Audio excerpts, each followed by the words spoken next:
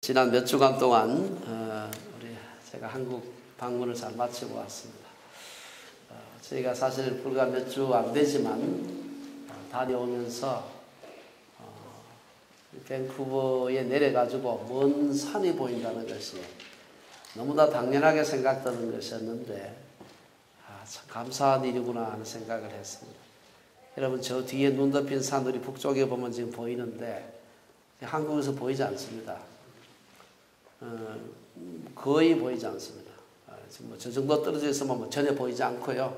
저보다 훨씬 가까운 거리도 지금 보이지 않습니다. 제가 있었을 때가 조금 더 심할 때 제가 있었는데, 제가 영월에 있는 그 옆에 복내산이라고 산 꼭대기에 별마로 천문대라는 데서 학생들 캠프를 인도를 했는데, 산 꼭대기 그 해발 한 900m 정도, 1000m가 채 안 되는 산이에요. 그런데 바로 밑에 있는 영월 시내에 밤인데 전기불이 거의 보이질 않습니다. 얼마나 이게 심한지 전체가 다 특별히 영월이 태백산에 가로막혀가지고 서쪽에서 오는 이런 미세먼지들이 거기 누적이 돼가지고 좀 더 심하다는 말은 들었습니다만은 전체적으로 다 거의 대부분의 지역이 심한 그 미세먼지가 있습니다. 그런데 낮에 봐도 그냥 눈에 보이기 때문에 정말 심각하구나 하는 생각을 했습니다. 우리가 살면서 우리가 너무 익숙해지면은 이게 축복인가 하는 것을 모르고 살 때가 굉장히 많습니다. 너무 익숙해져서. 그래서 다시 한번 우리가 좀 하나님께서 우리에게 맑은 공기를 주시는 것이 얼마나 큰 축복인가 하는 것을 다시 한번 좀 생각해 봤으면 좋겠습니다. 오늘은 우리가 지난번에 계속해서 이어서 오늘 요한복음 7장 말씀 뒷부분에 이제 다음 주일이면 끝납니다만은 7장에 있는 말씀 함께 나누겠습니다. 우리 모든 그 사람들에게는, 모든 인생에게 남녀노소 민족 국적을 가릴 것 없이 인생에게는 근본적으로 존재하는 이 갈증이라는 게 있습니다. 어떤 사람에게는 이게 물질적인 이 궁핍, 이게 갈증이 될 수도 있고, 어떤 분에게는 건강의 문제, 또 어떤 분에게는 사람들과의 그 관계의 문제, 어떤 사람에게는 또 자녀의 문제, 여러 가지 갈증이 있죠. 이게 좀 해결되면 얼마나 좋을까? 이런 그 간절한 소망이 있지만 생각보다 그게 잘 해결이 안 됩니다. 제가 여러분 비디오를 하나 좀 한 3분짜리 보여드리려고 하는데, 이 비디오는 여러분 아마 우리 교회 와서 한번 선교 보고도 한번 하신 걸로 알고 있는데, 이정욱, 이하영 그 선교사 남아공 부부입니다만 이분들이 만든 홍보 영상이에요. 제목이 I am precious to Jesus. 나는 예수님께 귀중한 사람. 그런 자기 단체 사역에 대한 홍보 영상인데 한번 보시고, 남아프리카 공화국에 사는 우리 흑인들에게는 그들의 인생에 있어서 큰 갈망이 무엇인가, 갈증이 무엇인가 하는 것을 한번 맞춰 보시기 바랍니다.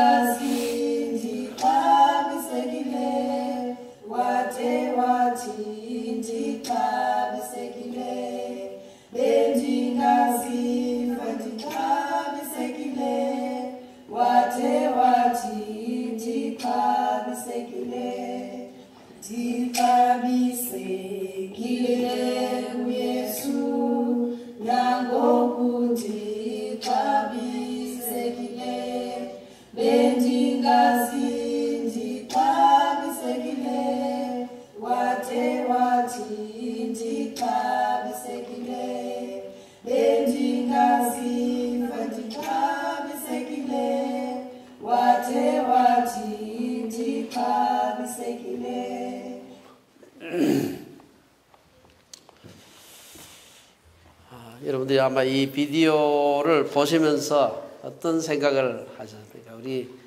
우리 모두에게 각자의 갈급함이 있지만 사실은 남아공의 흑인들뿐 아니라 어떤 의미에서 모든 흑인들이라고도 할 수 있습니다. 이 사람들이 그 마음, 그들의 그 실존의 그 깊은 바닥에 가지고 있는 갈급함, 목마름이 있는데 그게 뭐라고 생각을 하세요? 그렇게 어려운 얘기가 아닙니다. 우리 유아들 아주 어린 아이들에게는 어려운 질문이지만 그 어려운 질문 아닙니다. 이게 상품으로 걸어서 빨리 대답하실 때 상품으로 안 걸어서 그런가? 예.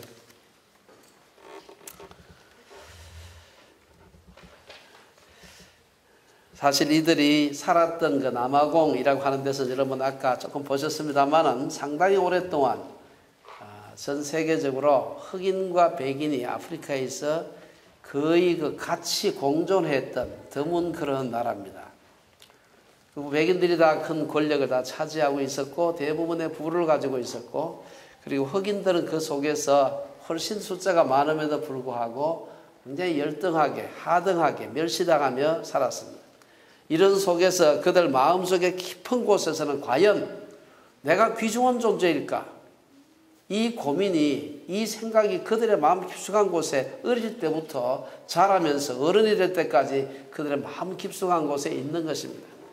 사실은 저는 저희가 파송한 선교사는 아니지만 저희가 기도로만 그냥 후원을 하고 있습니다만은 이정욱 선교사님 부부가 가서 거기서 몬테소리 유치원을 하면서 아이들에게 너도 예수님께 귀중한 존재야 라고 하는 것을 일깨워주는 것 사역을 하고 있는데 이것은 사실은 그곳에 가서 여러 가지 우리가 무슨 구호무품을 전달할 수도 있고 예배당을 세워서 일을 할 수도 있고 여러 가지 사역을 생각해 볼 수 있지만 남아공에 있는 흑인들에게 특별히 자라나는 어린아이들에게 너가 예수님 앞에 프레셔스한 존재라고 하는 것을 일깨워주는 일은 사실은 그들의 영혼 깊숙한 곳에 있는 그 갈증을 해소시켜주는 그런 복음이라고 할 수가 있습니다.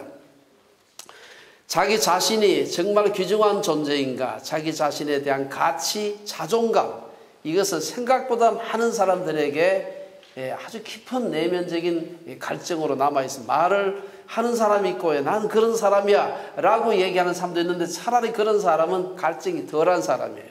말하지 않고 내가 정말 귀한 존재일까 라는 이 깊은 어떤 실존적인 고민을 우리 모든 인간들이 가지고 있다. 여러분 잘 아는 요한복음 4장에 보면은 사마리아 여인 얘기 너무 잘 알고 계시죠. 낮은 자존감으로 인해 가지고 정말 그가 사람들이 보는 그런 서늘한 아침 저녁에 물기르러 우물에 오지도 못하는 그러한 여인이었습니다.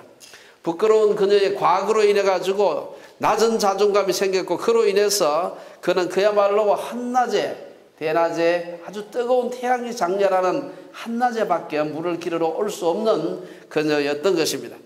그러한 그녀가 생수 되신 예수님을 만남으로 낮은 자존감에 타는 목마름을 해결하게 되고 그 후에 그녀의 삶이 얼마나 달라졌는가 하는 것은 요한복음 4장에 보면 잘 나와 있습니다. 여기 보면은 요한복음 4장 28절에 보면은 그녀가 그 예수님을 만나고 난 뒤에 내가 귀한 존재구나. 사마리아 천대받는 민족 그 중에서도 정말 그 과거가 부끄러운 그런 하층민 한 여인이 아니라 내가 귀한 존재구나.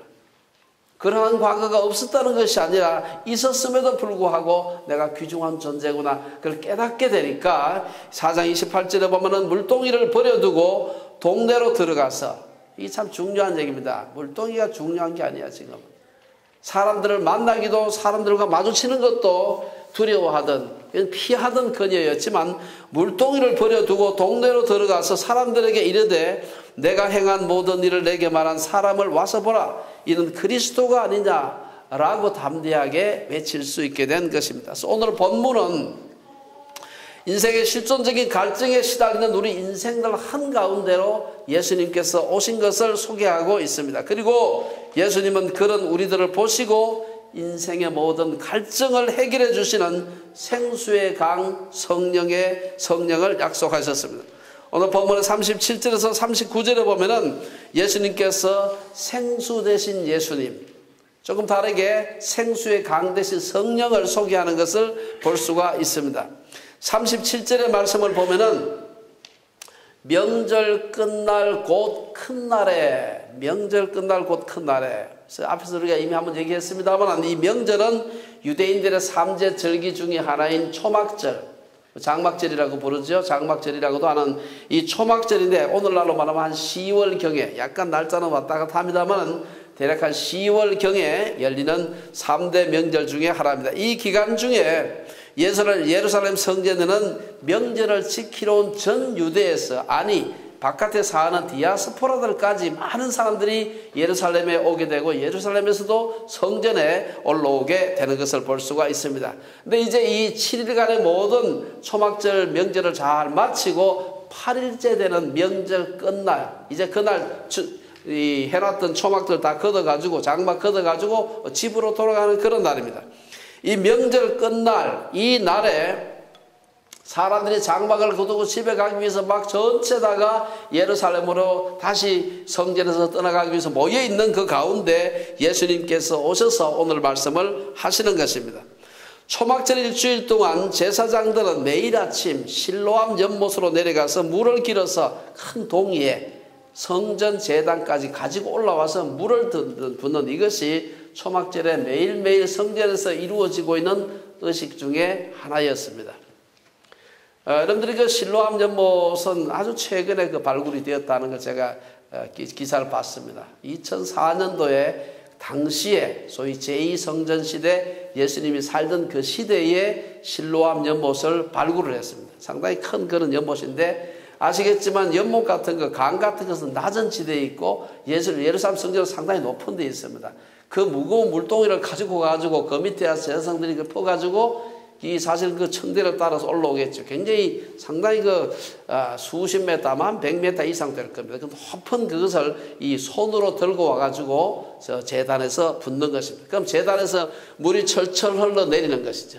많은 사람들이 그 성전을 찾아온 사람들이 제사장들이 갖다 부은 그 물이 막 넘치는 것을 보고 그 예수님의 설교를 듣는 것입니다. 저는 예수님께서 그 말씀하시는 걸 볼 때마다 가르치는 걸 업으로 하고 있는 사람으로서 예수님이 참 훌륭한 선생이다라는 생각을 하게 됩니다.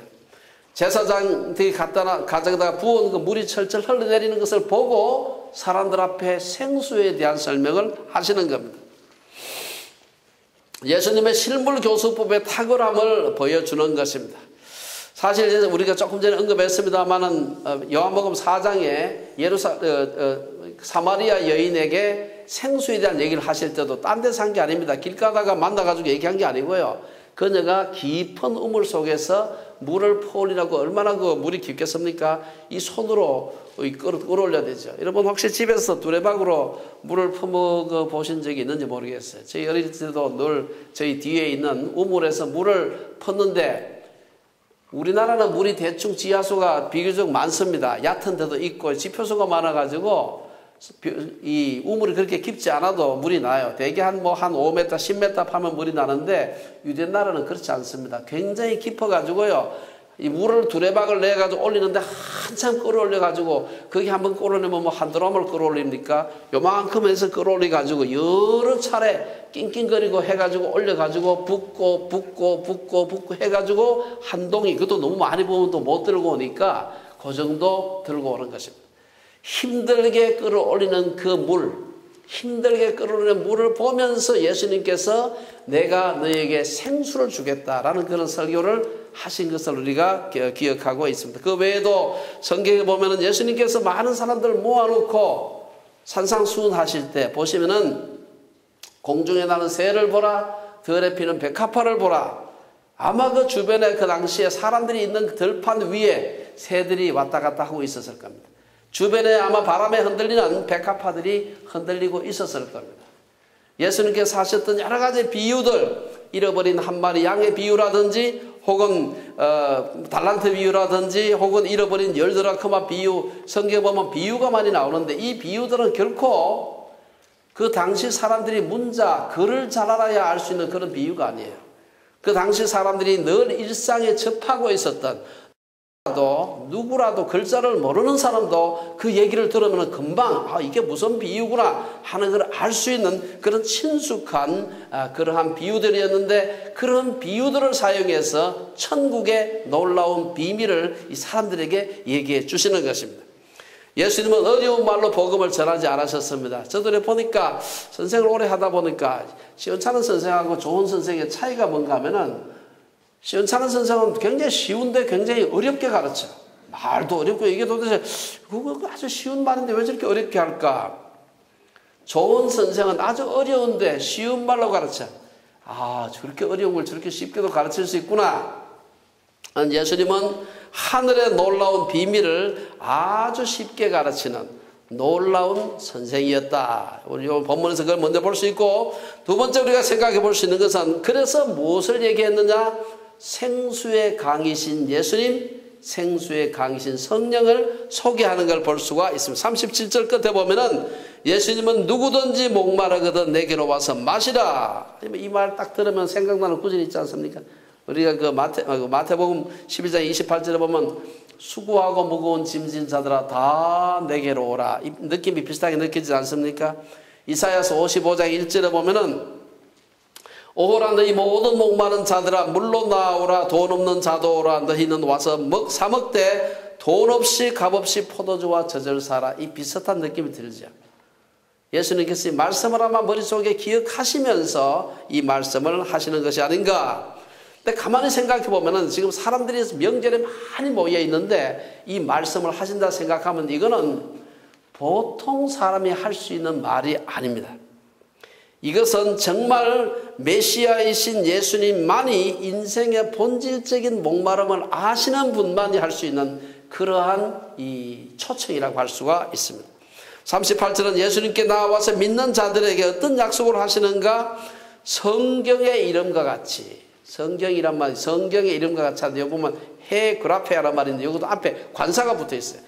특정한 구약의 구절을 가르치는 말인데 왜 정확하게 그 뒤에 말씀이 구약이 어디 있는지는 대충 짐작은 이것 아닐까 저것 아닐까 싶기는 한데 이 말씀과 정확한 구약의 구절은 찾지를 못합니다. 어떤 구절인지는 확실하지 않습니다만은 예수님은 그런 자들은 성경의 이름과 같이 그 배에서 생수의 강이 흘러나리라 약속을 하십니다. 여기서 그 배라면 우리 배를 말하죠. 구약 성경에서 그 배에서부터 뭐가 나온다. 사람의 가장 깊숙한 곳으로부터 흘러나오는 것을 얘기할 때 배를 그 배에서. 그래서 이 말씀은 성령께서 오시면 신자들의 가장 깊은 곳에서 역사하시며 인간의 가장 본질적인 갈증을 해결해 주실 것을 의미하는 것입니다. 이어지는 39절에서 사도 요한은 곧바로 생수의 강은 그를 믿는 자들이 받을 성령을 가리켜 말씀하신 것이다. 이렇게 해석을 합니다. 예수님이 하신 말씀을 사도 요한이 지금 주해를 하는 거죠. 예수님 그 말씀하신 것은 이걸 말하는 것이다. 비록 예수님은 육체로 영원히 그를 믿는 자들과 함께 하시진 않지만 그분이 계실 때는 물론 지금까지 수천 년 지난 지금까지 성령께서 모든 믿는 자들에게 오셔서 그 인생의 본질적인 갈증을 해소해 주신다는 것입니다. 하나님께 나오는 자들은 목마른 자가 해결하는 것과 같은 복을 받을 것이라는 약속은 구약 곳곳에 사실 나와 있는 말씀이에요. 이사야서 43장 20절에 보면은 장차 들짐승 곧 승냥이와 타조도 나를 존경할 것은 내가 광야의 물을 사막의 강들을 내어 내 백성 내가 택한 자에게 마시게 할 것임이니라. 55장 1절에 보면은 나는 목마른 자에게 물을 주며 44장 3절에 보면은 나는 목마른 자에게 물을 주며 마른 땅에 시내가 흐르게 하며 나의 영을 내 자손에게 나의 복을 내 후손에게 부어주리니. 그 외에도 구약의 여러 말씀들이 비슷한 말씀, 하나님께 나오는 자들을 해갈시킬 것이다 라는 약속들이 있습니다. 39절 하반절에 보면 관로를 딱 치고 아까 안 읽었습니다만은 관로하고 난 뒤에 예수께서 아직 영광을 받지 아니하셨으므로 성령이 아직 그들에게 계시지 아니하시더라. 이 말은 이 요한복음이 언제 기록되었는가 하는 시점을 우리에게 얘기해 주고 있습니다. 이것은 예수님이 말씀하신 그때 앉아서 바로 적은 것이 아니고 예수님이 세상 떠나시고 난 뒤에 그 말씀하신 것을 기억하면서 아마 몇십 년 뒤에 사도 요한이 여기다 약간의 주해를 붙인 게 아닌가 그렇게 생각해 볼 수가 있습니다. 모든 신약 성경이 그러하듯이 요한복음도 예수님이 영광을 받으신 후, 이 영광이란 말은 죽음으로 의미하는 것입니다. 예수님이 죽으시고 부활하시고 성천하신 후 사람들이 이 말씀을 깨닫게 되었다는 말입니다. 신약 성경에서 예수님이 영광을 받으신다는 말은 예수님이 성육신 전 성부 아버지와 영광의 상태로 계셨을 때로 돌아가는 것을 의미합니다. 그런데 성경에서 이것을 영광을 받으신다. 이해가 잘 안 되죠. 자, 이러한 그 놀라운 생수의 강에 대한 약속을 받은 사람들의 반응이 40절에서 44절까지 나오고 있습니다. 이 37절, 38절에서 아까 누구든지 목마르거든 내게로 와서 마시라. 나를 믿는 자는 성경의 이름과 같이 그 배에서 생수의 강이 흘러나오리라. 사실 이 말씀 아까 말씀드린 아무나 할 수 있는 말이 아니에요. 이건 아마 극단적으로 말하면 과대망상증 환자든지 아니면 진짜 메시아든 둘 중에 하나입니다. 이 말을 할 수 있는 사람은 보통 사람이 그냥 지나치면서 친구들 간에 아니면 그냥 사람들 모아놓고 할 수 있는 얘기가 아닌 것이죠.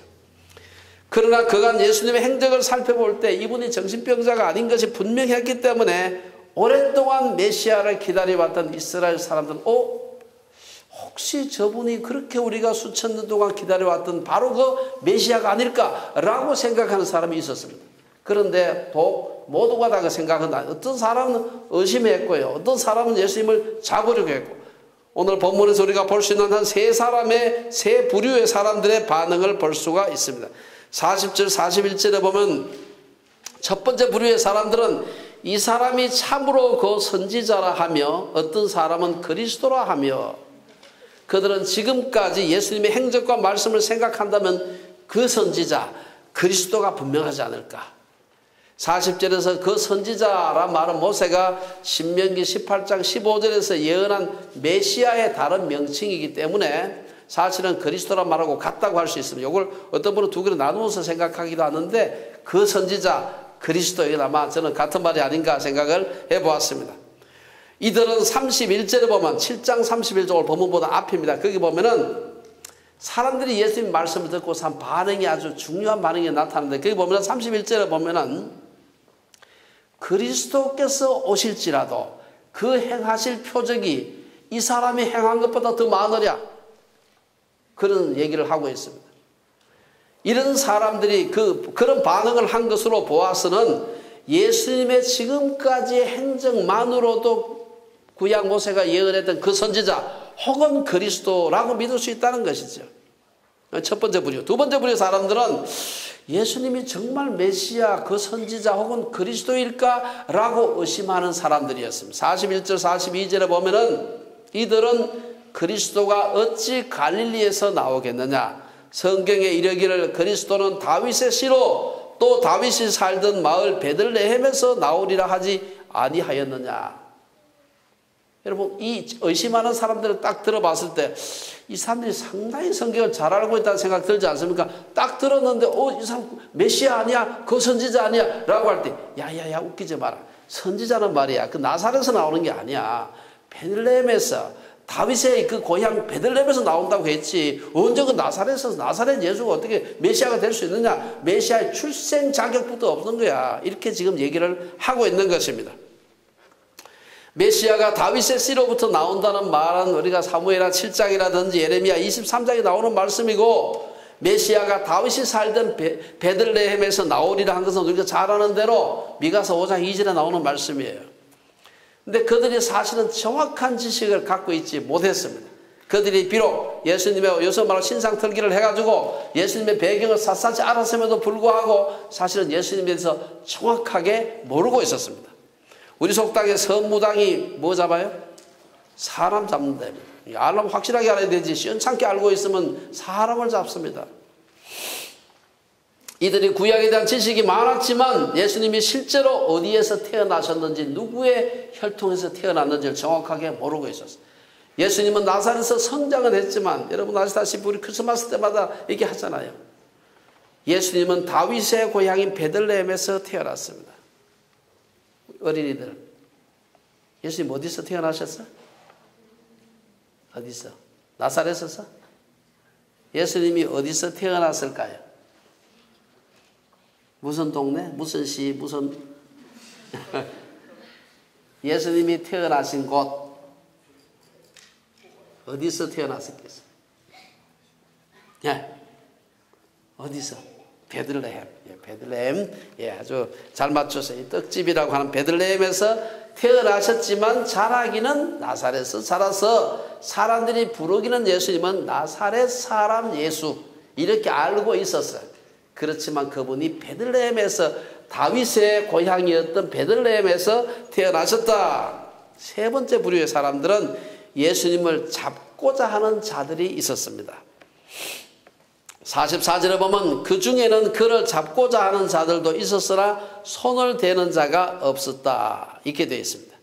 45절에 보면, 오늘 본문은 아닙니다만 45절 이하에 보면은, 45절에 보면 아랫 사람들이 이제 잡으려고 했던 그 사람들이에요. 아랫 사람들이 대제사장들과 바리새인들에게로 오니 그들이 묻되 어찌하여 잡아오지 아니하였느냐, 문책 받는 것을 보면서 예수님을 잡으려고 했던 사람들은 자기들이 가서 막 잡으려고 했던 사람들이 아니고 잡으라고 보냄을 받은 사람들이었다, 이렇게 볼 수가 있어요. 아마 그들은 개인적으로 예수님에 대한 의심이나 적개심이 있었던 그런 사람들이 아니었을 가능성이 있습니다. 왜냐하면 오늘 본문 그 다음 46절에 보면은 야, 너희들이 왜 안 잡아왔어? 잡으라고 보냈는데 하니까 그들이 자기들을 보낸 종교 지도자들에게 한 말이 그 나오고 있어. 보면은 종교 지도자한테 잡으려고 가만히 보니까 그 사람이 말하는 것처럼 말한 사람은 이때까지 없었나이다. 그 사기꾼이라고 보기에는, 종교 무슨 이단이라고 보기에는 도대체 그렇게 기가 막힌 진리의 말씀을 하는 사람이 본 적이 없는데 아무리 잡으라고 보냈는데 어떻게 잡을 수 있느냐, 약간의 항의하는 그런 얘기입니다. 여기 보면 예수님을 잡고자 하는 자들도 있었으나 손을 대는 자가 없었다.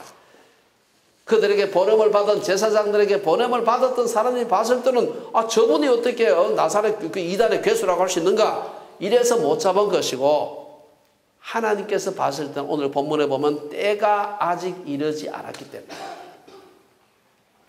자, 그럼 오늘 이 사건을 두고서 우리가 우리 자신을 한번 좀 돌아볼 필요가 있습니다. 아무리 선한 사람이라도 사람들은 좋은 말을 해도 많은 사람 모아놓고 하면은 반응이 다 다릅니다. 의로운 사람에 대해서도 칭찬하고 고마워하는 사람이 있는가 하면은 끝까지 의심하고 비판하는 사람도 있습니다. 심지어 자기한테 선을 베푸는 경우에도 그런 경우가 많이 있습니다. 아주 고통스럽게 한 사람이 있습니다.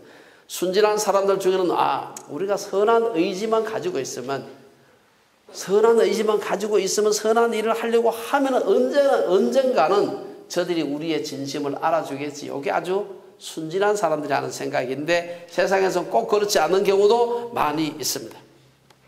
특히 우리 교회 사람을 살펴보면 정말 끝까지 죽음까지도 정말 선으로 사람을 대했지만 사람을 죽인 그런 경우도 많이 있습니다.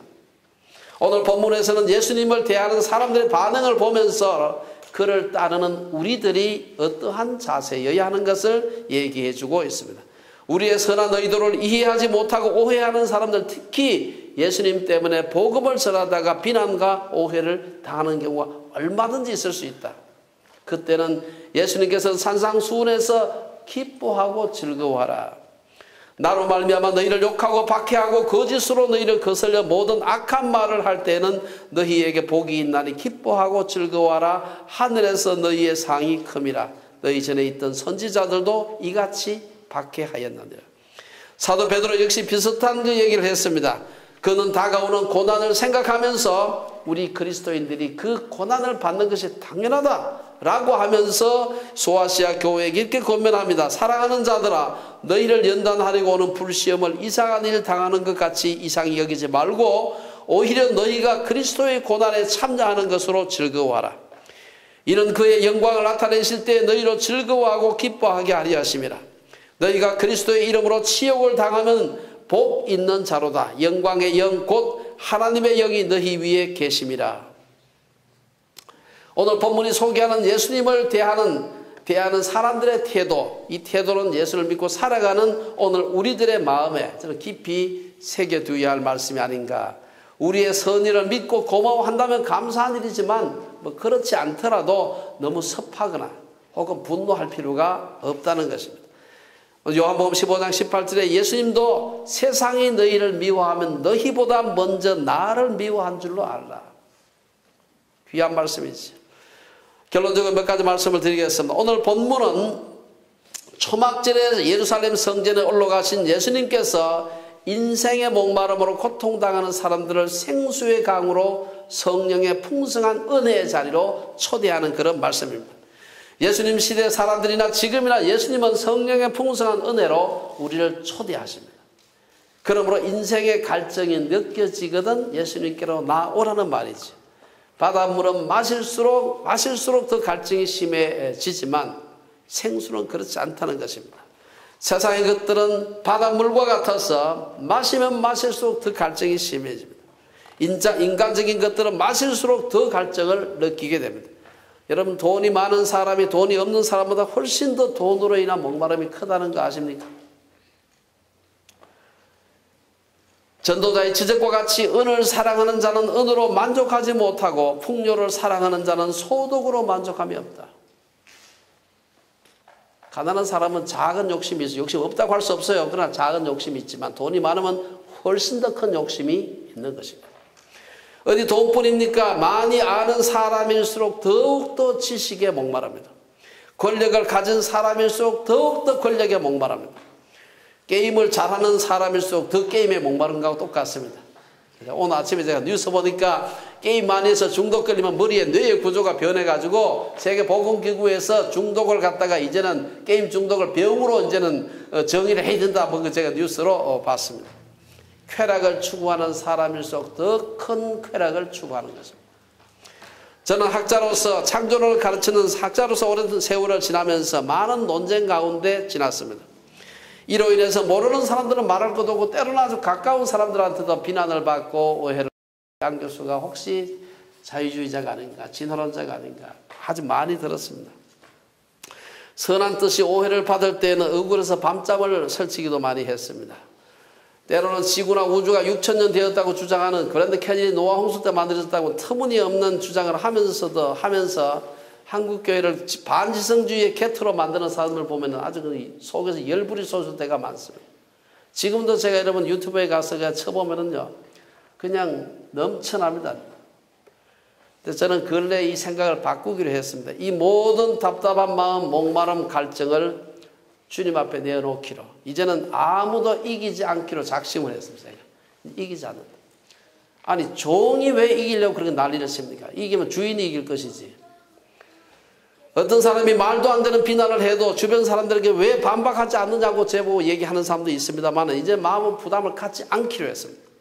다른 사람을 이기려고 하는 것은 예수 그리스도를 주인으로 고백하는 종의 태도가 아니라는 생각을 확실하게 하게 되었습니다. 이기려면 주인께서 이겨야 되지. 종으로서 나는 내가 할 일을 다 하면 됐지. 그 지는 것은 주인이 지는 겁니다. 그렇지 않습니까?